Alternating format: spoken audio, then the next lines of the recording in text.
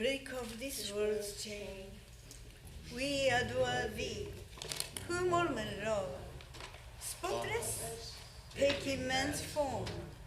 O purifier, thou art God of not three, knowledge divine, not flesh, thou whom the cosmos wears, a diamond at its heart. Let us look deep in thine eyes.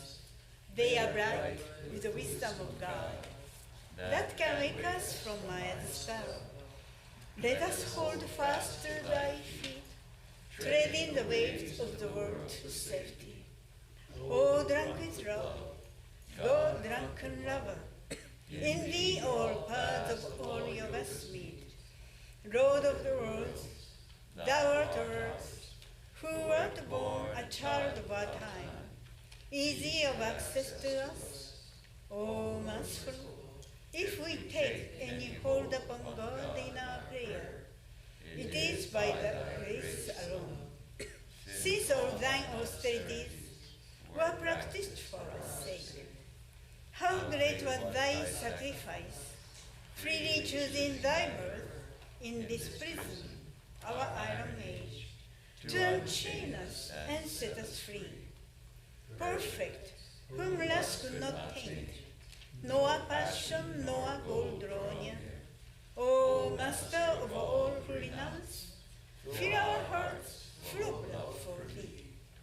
Thou hast finished with fear and with doubt, standing firm in the vision of God, refuge to all who have cast fame, fortune, and friends away. Without question thou shelterest us, and the world great sea in its wrath seems shrunk to the paddle that fills a footprint in the clay. Speech cannot hold thee, nor mind, yet without thee we think not, nor speak. Lo, who art partial to none, we are equal before thy sight. Take away of our pain, we salute thee, though we are blind. Come to the heart's black cave, illumine the light of the light.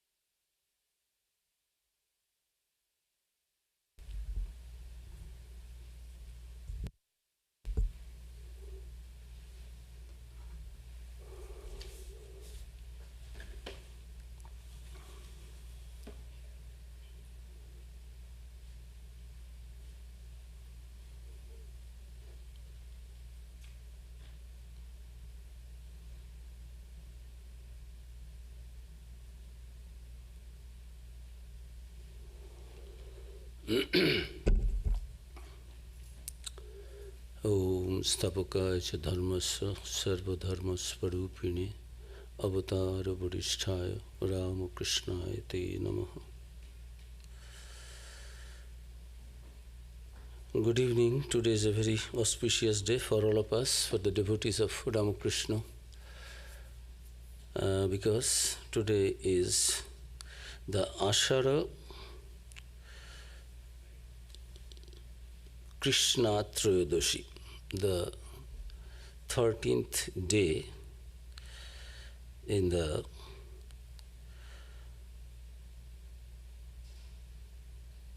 dark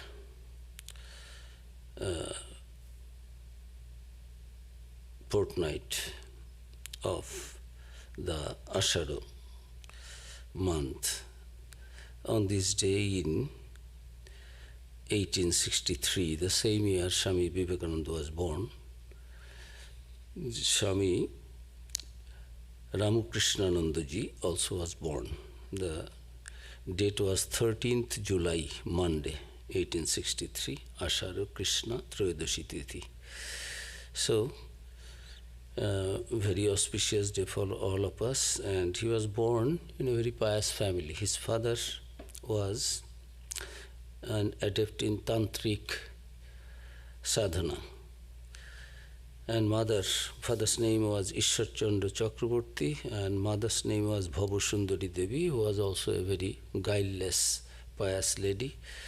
And he was born nearly 52 miles from Dakshineshwar in the district of Hooghly. Village name is Mayal Isapur. We have got a center there now. So, after the school education, primary education in the village school, he was brought to Calcutta, and his father was a Pandit, and the Pandit, chief Pandit, Sabha Pandit in the assembly of Raja Indra Narayan Singha, who was the Indra Narayan Singha, who was a resident in the Paikpara area of Calcutta.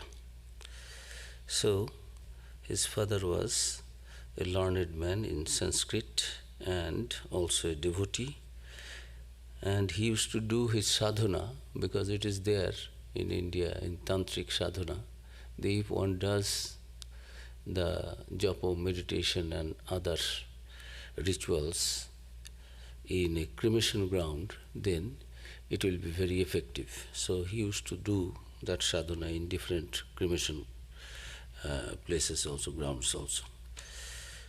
And from this saintly father, Shashi Bhushan, later on Swami Ramakrishnananda, got all the training of ritualistic worship, the worship we do in our Ramakrishna centers.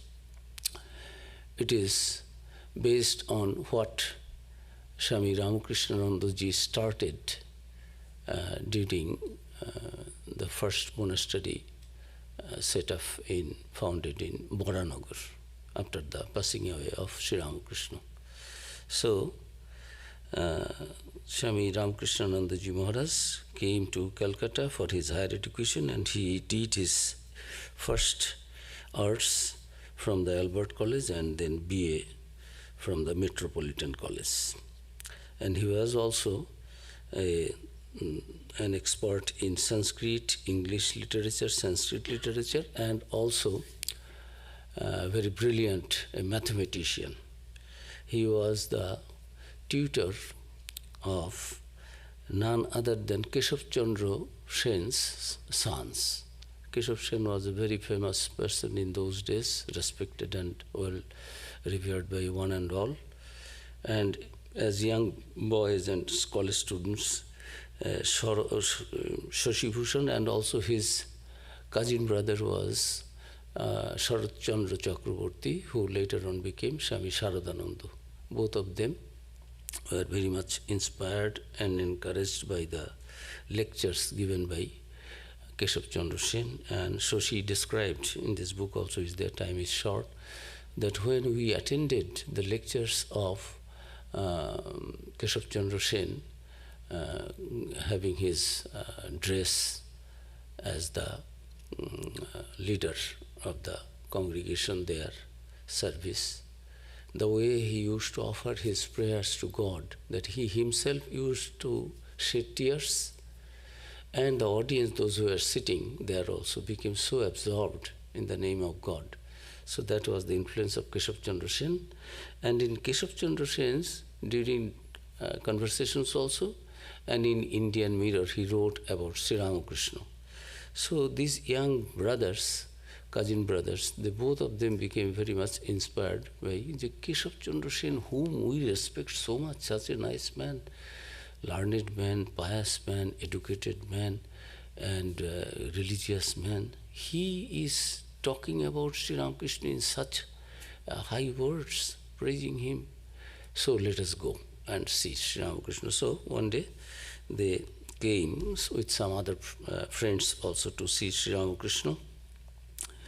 And seeing them, Sri Ramakrishna greeted, and then there was some discussion about marriage.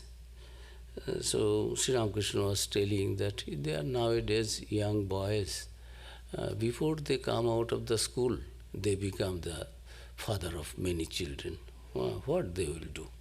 So someone was sitting there, and he was asking, "Sir, is it not against the God's will? Then the whole creation will stop. Are you against this?" And Sri Ramakrishna said, "You leave all those matters. It is just our personal talk between them, between me and these boys, young boys. You don't worry. Those who are follow that path, householder's life, they are free to do it. You don't worry for the creation, how it will stop." So Sharat and Shoshi both became very much impressed on the very first day, and they actually fell in love with Sri Ramakrishna. And Sri Ramakrishna also, before coming of these young boys, his inner circle apostles, he used to have visions shown by Mother Kali. The Divine Mother used to tell me, yes, now Balaram will come, then M will come, this other devotees would come. So, seeing them, Master is telling, I understood that, yes, Mother showed me that these boys, I found them, they would come to me, and I found them in their previous life, they were in the group of Jesus Christ, both the brothers, this Sharat and Shoshi. And they were well versed, they studied in English medium schools, their teachers were Christian teachers, and they used to teach. It was a mandatory subject, this Bible. And both Sharat and Shoshi were well versed in Bible. So Master's Divine Mother used to reveal to me the nature of the devotees before their coming. In a vision, I saw that Shoshi and Sharat had been among the followers of Christ. Sri Ramakrishna told this. It is mentioned is there. One day, Shoshi was hurriedly passing through the Master's room looking for a particular object. Sri Ramakrishna was telling, "What are you looking for, my dear? What you are searching for? That is here, here, here." 3 times he pointed out. Sri Ramakrishna could not say, "Me, me." So he said, "Here, here, here, whom you are searching for." So immediately, Shoshi's eyes fell on the blissful form of the Master. He then realized that Sri Ramakrishna was the pole star of his life. And gradually he felt very much attracted. And Sri Ramakrishna said, "Don't come in a group, come alone." On the very first day, because Sri Ramakrishna understood that he cannot convey the messages of renunciation in presence of other boys. This is not for them. So Shoshi separately came alone also and started coming, feeling very much pull towards Sri Ramakrishna, and started doing Seva also. When Sri Ramakrishna himself said that whom you are searching for, looking for, he is here, here, here. After that, he felt a kind of attraction to do personal Seva to Sri Ramakrishna also. observing that other disciples were experiencing ecstasy and devotion, one day Shoshi prayed to Master for those spiritual experiences. Master, many are having spiritual ecstasies, why I am not having? The Master said to him, if you have that experience, you won't be able to serve me. Then I don't need it, replied Shoshi. I don't care for that ecstasy, which will take away my opportunity to serve you. So from the very beginning, Shoshi's attitude was that we find in Hanumanji's, the servant master attitude. I am always ready to serve my master. And actually, when Sri Ramakrishna fell sick and stayed in Calcutta, Shampu Kurbati, and then at Garden House, Kashipur Garden House, in both these places, Shoshi and some other young disciples, they served Sri Ramakrishna in such a way. And Shoshi's love for Sri Ramakrishna was so much that after passing away of Sri Ramakrishna, when Swami Vivekananda, Narendra and other brothers were taking formally, after performing the Piroja home, the Sannasa, they were taking the vows of Sannasa. Then Swami Vivekananda wanted this name, Ramakrishna Ananda. The meaning is a person who gets bliss, joy in the name of Ramakrishna, who gets joy in Ramakrishna, he is Ramakrishna Ananda. But considering the deep love and this surrender, this Shoshi's service to Sri Ramakrishna, Swami Vivekananda gave it up, sacrificed. No, I will not take it. This name befits Shoshi, who has given everything. And Swami Vivekananda about this Shoshi Maharaj said he was like the mother of our monastery, Varanagar monastery. Had there not been Shoshi, we would not, we would not survive. Shoshi was taking care of all of us because we were absorbed in japa meditation, not caring for anything. It was Shoshi who used to do everyday puja to Thakur, offering something, cooking, alone, one-handed service. Everything he would do alone. He never allowed other brothers to help him. He would pluck the flowers, he would clean the shrine, everything, and cook the food, and then this brother disciples sometimes were from morning. Swamiji, there is description wonderful that sometimes we forgot how the days and nights came and gone. Time passed, we did not know. Getting up early in the morning at 3 o'clock, we used to sit for japa meditation, and sometimes it would continue up to the 4, 5 o'clock in the afternoon.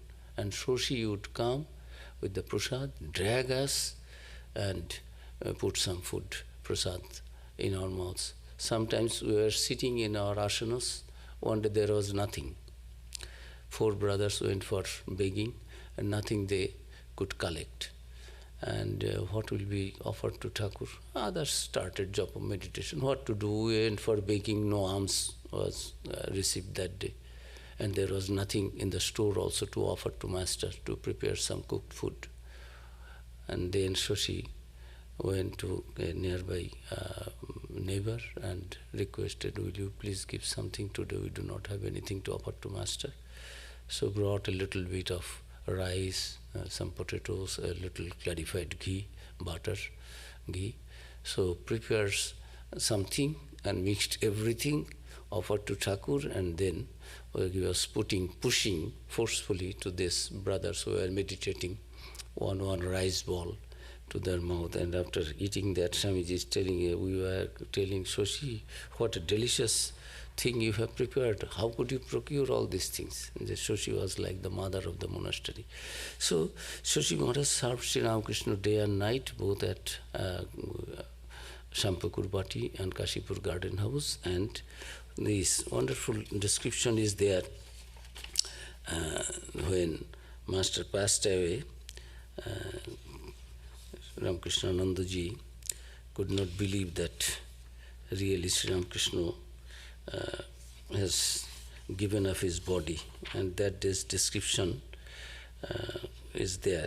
I would like to read a little bit from there.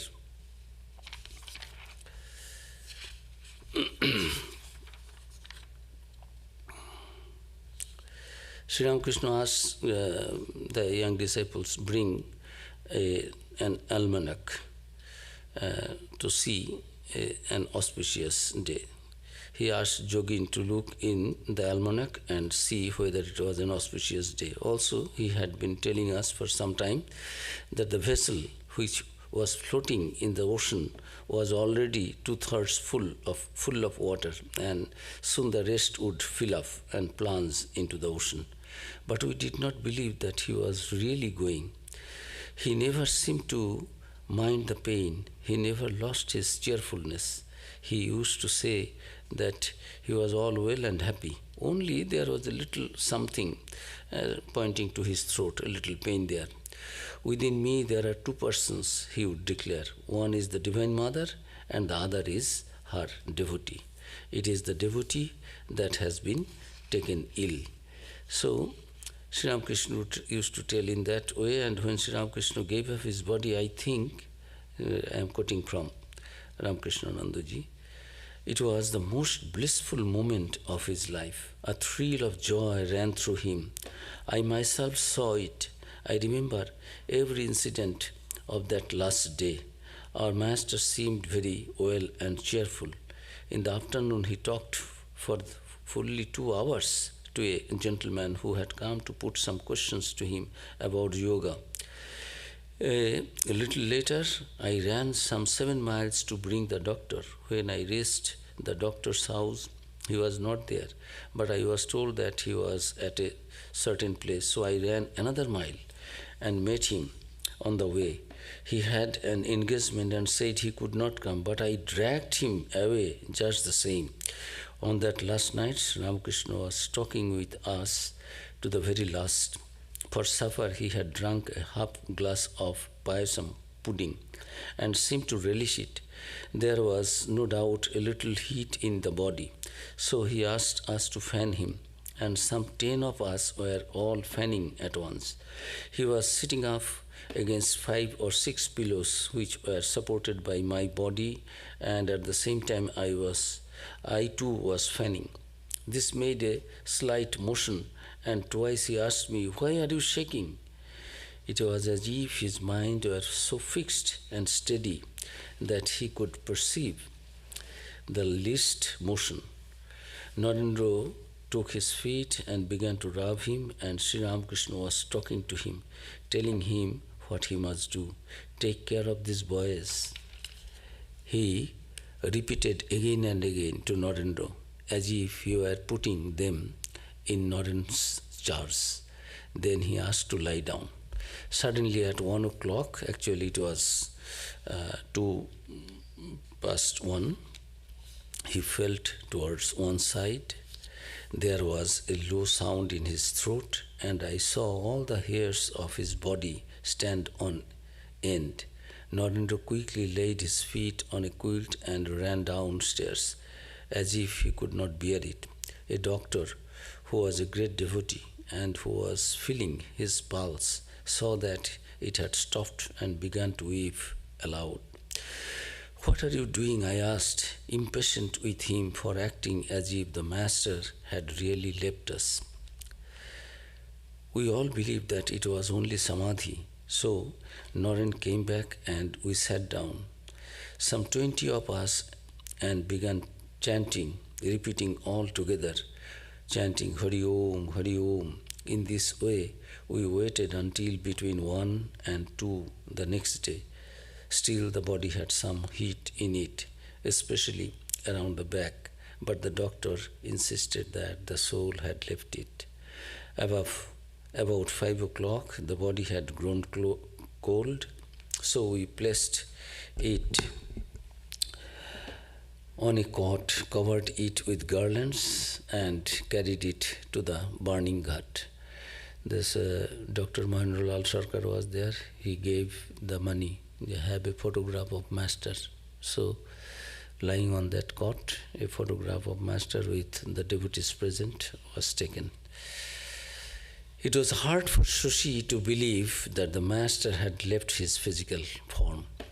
With tearful eyes, he sat near the funeral pyre with a palm leaf fan in his hand. Sharad and Naren sought to console him, Latu took him by the hand and tried to lift his spirits a little, but he remained motionless with grief.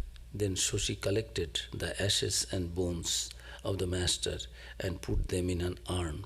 He placed the urn on his head and carried it to the garden house, where it was kept on the master's bed. The next day, Ramchandra Datta, a prominent householder devotee of the master, came to the Kashipur garden house and asked the disciples to return to their homes. He also told them of his plan to enshrine the relics of the master at his garden house at Kakurgachi and establish a monastery there. Shoshi and Niranjan were shocked and refused to accept the idea. Then Narendranath entered in between and said, "All right, he is a senior man. What is there? All right, we will give it to you, and he will arrange it to make a monastery there. We do not have anything. It is good. He is also a devotee of master." So Narendra somehow got the matter settled in that way. But afterwards, Shoshi, Niranjan, Naren and others, they said, "No, we will not give all these things." Most of the relics they sent secretly to the house of Balaram Babu in another urn. And on 23rd August, Master passed away on 16th August, and on 23rd August 1886, Krishna's birthday. That day, the disciples and devotees of Sri Ramakrishna formed a procession and walked from Ram's house to Kankurgachi, singing devotional songs entire way. Shoshi carried the urn with the master's ashes on his head. During the consecration ceremony, as they were covering the urn with earth, Shoshi cried out, "Oh, the master is in pain." Actually, the devotees wept as they listened to Shoshi's words. Shoshi was feeling the pain when they were putting the earth on that urn containing the relics.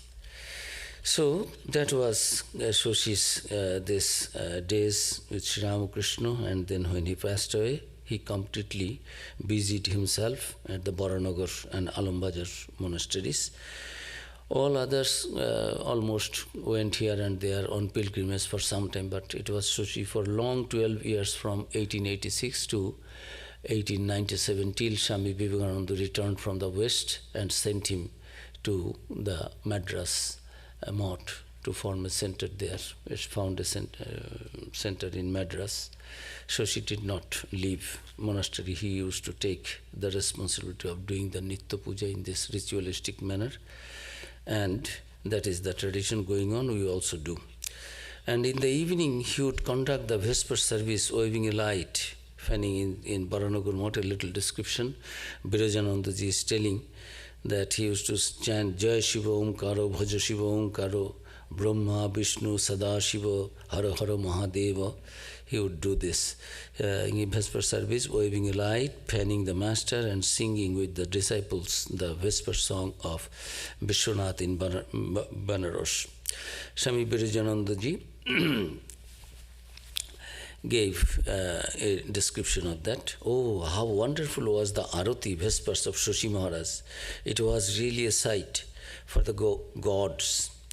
Enveloped within the smoke of burning incense and drowned in the music of drums and cymbals, he would wave a chamar, a fan made of a yak's tail, towards the end of the arati. Intoxicated with God consciousness, he would repeat, Jai Gurudeva, victory to the Guru, victory to the Guru, in a crescendo of divine abandon, and would dance from one side of the hall to the other, rhythmically pacing the floor. What a unique feeling of ecstatic love would course through the hearts of men witnessing it, can better be imagined than described. So, he described in this way, and at the end, they would chant this Jai Gurudeva, Jai Gurudeva. Then I bow down to the adorable Guru, who, by the collyrium of knowledge, opened my eyes, blinded by the disease of ignorance, ajnana timirandhasya gyananjana shalakaya, all these things they used to chant. And then after this, the last part of the hymn composed by Swami Abhedananda, O Niranjanam Nityam Ananta Rupam, that sloka would be sung. Let our salutations be to Ramakrishna, the taintless, eternal, of universal form, God incarnate out of mercy for his devotees and adorable Lord of all. So finally, the evening service would end with the words, Jai Shri Guru Maharaj Ki Jai. So that was a little description of all those days during Arati time, how Ramakrishna Anandaji always was present there to take care of Master, not going anywhere, this 12 years. And when Swami Vivekananda, there is another description is there, in Boranagar monastery, they used to celebrate Christmas Eve. Some Bengali Christians from the Salvation Army knew that the disciples of Ramakrishna had love and admiration for Jesus Christ, so they would visit the monastery often with the ulterior motive of converting the monks. One day, they audaciously made a proposal of conversion to Ramakrishnananda and others, saying that none but Christ could grant salvation. Ramakrishnananda, who was well versed in the Bible, argued with the Christian missionaries vehemently and proved the fallacy of their dogmatic statement. After losing the debate, the shrewd missionaries tried to tempt those monks, saying that if they became Christians, they would be provided with European wives. At this affront, Ramakrishnananda flew into a rage, scolded them severely and asked them to leave. After this, they never returned to the monastery. Just have a glimpse of all those things, what used to happen in those days. Sometimes young students used to come. This Birajananda is also one of them. He used to visit and then said, no, I have my exam, so I cannot visit so frequently and stay over here. What is the subject? You know, I am very poor in mathematics, because Shashi Maharaj was an expert in mathematics, Sanskrit and English literature. He said, what is there in mathematics? Very easy. Come with your mathematics books, and 1 month you stay here. After this vacation, you will have your exam. You will do good. So Birajan is telling that I came with my mathematics books, but book was not opened. All other things I taught, and I learned this renunciation. So my book of mathematics books was not opened, by my spiritual lives, practices were open. So he did not go back. So that was Birajanji's life. Swami Bodhatmananda, another one, Swamiji's disciple, and many others also, youngsters, they used to come for this personality, this pleasing personality of Ramakrishnanandaji, and also that he can help us getting us our education, better marks in the exams in many subjects. So Bodhanandaji later recalled, one day Swami Ramakrishnananda explained to us the technique of self-confidence. If anybody asks you, quote, Ramakrishna is telling, if anybody asks you if you can give talks on the Gita, don't say, I don't know the teaching well enough to give talks on them. Shake off this false timidity and say, yes, that assertion will be honest and truthful.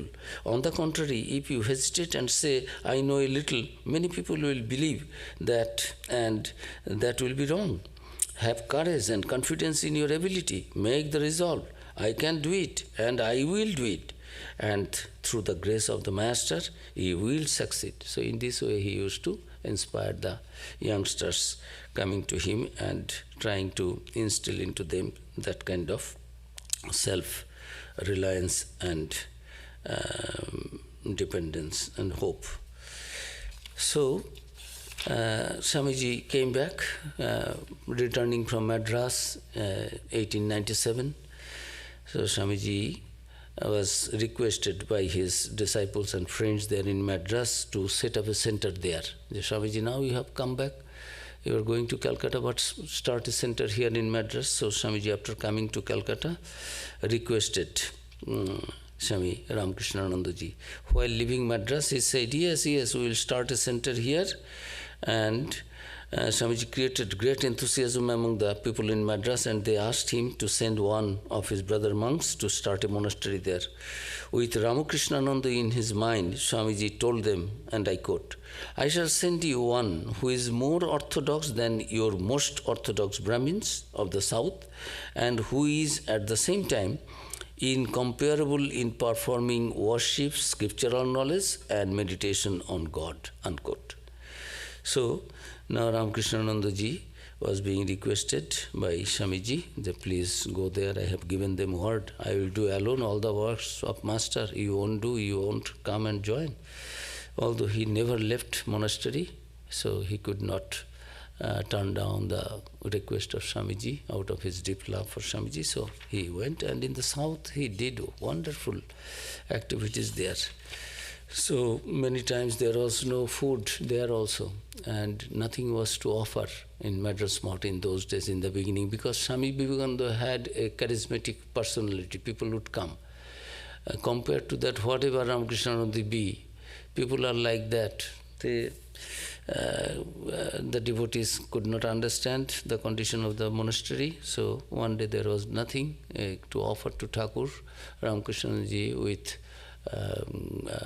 pain in mind, complaining to Thakur, oh, you are testing my forbearance, all right, today I will go to the sea beach and bring some sand, and I will heat it and I will offer it to you. I will cook that food, sand I will offer to you, and after it becomes prasad, I will also eat that sand, prasad. So he was telling this with tearful eyes, complaining to Thakur.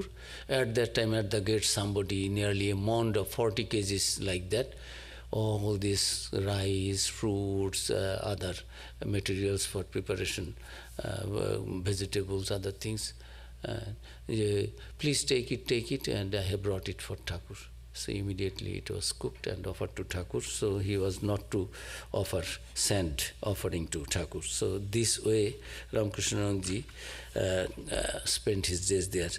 A little bit, Vishuddhanandaji was his assistant. Vishuddhanandaji was later on became the president of the Ramakrishna Modern Mission, the 9th president of the order, and a disciple of Holy Mother. He said, and his memoirs, once I saw Ramakrishnananda praying before an oil painting of Swami Vivekananda after his return from lecture tour. I overheard his fervent prayers as he bowed down before him. Swamiji, to Swamiji he is praying, oh my beloved brother, you are verily the accredited representative of Sri Ramakrishna, and it is you who have sent me over here to propagate his message. I am only carrying out your commands. I beseech you to see to it that no pride or self-esteem enters my heart, no thirst for name or fame disturbs my mind. All the burden and the responsibility that you have placed upon me are verily yours. Bless me so that I may carry on the work of our Master only as an instrument in his hands, and that I may offer all the fruits of work unto him. Guide me always in the right path.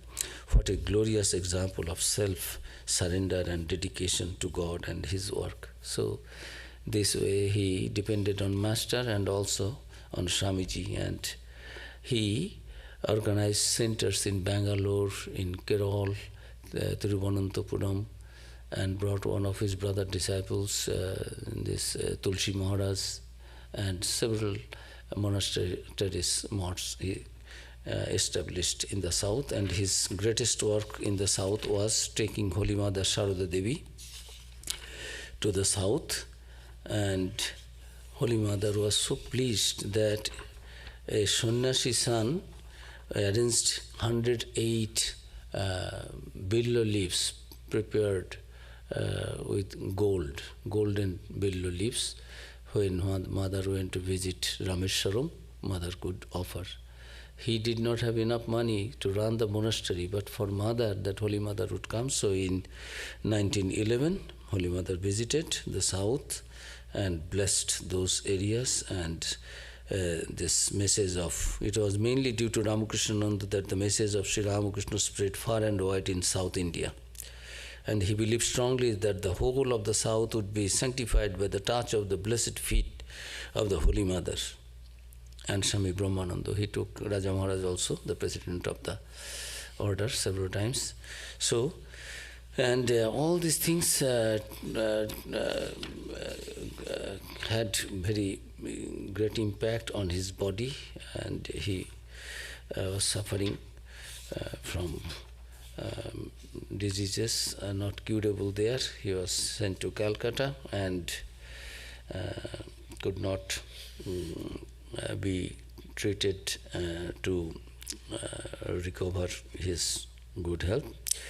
And finally, he passed away. And towards the end of Ramakrishnananda's, expressed a desire to see Holy Mother, who was then at Jairambati, her birthplace. Swami Dhirananda was sent to bring her, but she could not come. Perhaps for two reasons. First, she knew that it would be unbearable for her Holy Mother to witness Ramakrishnananda's death. Second, there was not enough room in Udbodhan for her to stay, because Ramakrishnanji also was in Udbodhan. So Holy Mother did not come, but Ramakrishnanji had a vision of Holy Mother on his last night of earthly life. Ramakrishnanji explained, Mother has come. And what he had in his vision, he, in the morning, asked a devotee, Pulin Mitra, a famous singer and disciple of Brahmanandaji, came to see him. Ramakrishnanji expressed his vision in Bengali line, Pohalo Dukho Rajani, the night of misery is over, because he has seen, he has had the vision of Holy Mother, so this night of misery is over in his life. That was the message. And he sent his these Bengali words through Pulin Mitra to Girish Chandra Ghosh, who composed a wonderful song, and Girish then asked, sing this song to him. By the grace of the Sri Ramakrishna, Girish says, I completed the composition immediately. Pulin Mitra sang it before him. He was greatly moved and was satisfied with the composition. Here is the translation of that song. Before his giving up the last breath, he learned this song. A night of misery is over. The terrible nightmare of ego is gone forever. The illusion of life and death is no more. Lo, the light of knowledge is dawning, and the Mother Divine is smiling. The Mother is bestowing the moon of fearlessness. Sing victory in a loud voice. Proclaim the conquest of death by blowing the trumpet. Let the name of the Mother vibrate all over the world. The Mother says, and I quote, weep no more. Look at the feet of Ramakrishna. Then all worries will vanish, all pain will go. Son, look at my side. The Savior of the world is standing with his eyes full of grace and compassion, unquote. So, ending this song in that way, Ramakrishnanandaji gave up his body. Ramakrishnananda left his body while in Samadhi at 1:10 p.m. on Monday, 21st August 1911. The brother disciples and other monks began to chant the name of Sri Ramakrishna, and they observed that the hair on Ramakrishnananda's body remained erect for a long time. Later his body was brought down from the first floor, and Sister Nivedita bowed down to the departed monk. He was decorated with flowers and garlands and then was carried in a procession. The air was laden with fragrance of flowers, perfume, and incense. A Sankirtan party, group of singers, led the procession. It first stopped at the Kashipur Garden House, then at the Kashipur cremation ground, and crossing the Ganges, at last it reached Belur Math. Ramakrishnananda's body was cremated on the bank of the Ganges at the southeast corner of the Vivekananda temple in Belur Math. When the news of his death reached Holy Mother, she remarked with tearful eyes, alas, so she is gone, my back is broken, unquote. After receiving the sad news at Puri, the grief-stricken Brahmananda exclaimed, quote, the guardian angel of the south has passed away. The southern side is, as it were, covered with darkness. Unquote. The Hindu community of Madras convened a memorial meeting and paid their homage to Ramakrishnananda, who had sacrificed his life for their spiritual development.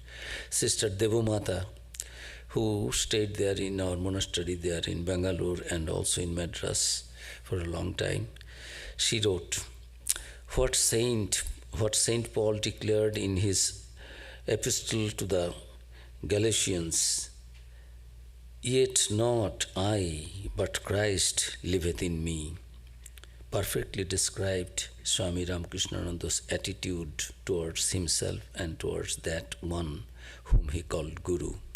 He was dead wholly to himself and alive only in Sri Ramakrishna. Om Shanti Shanti Shanti Hari Om Tat Sat. Sri Ramakrishna Arpanamastu.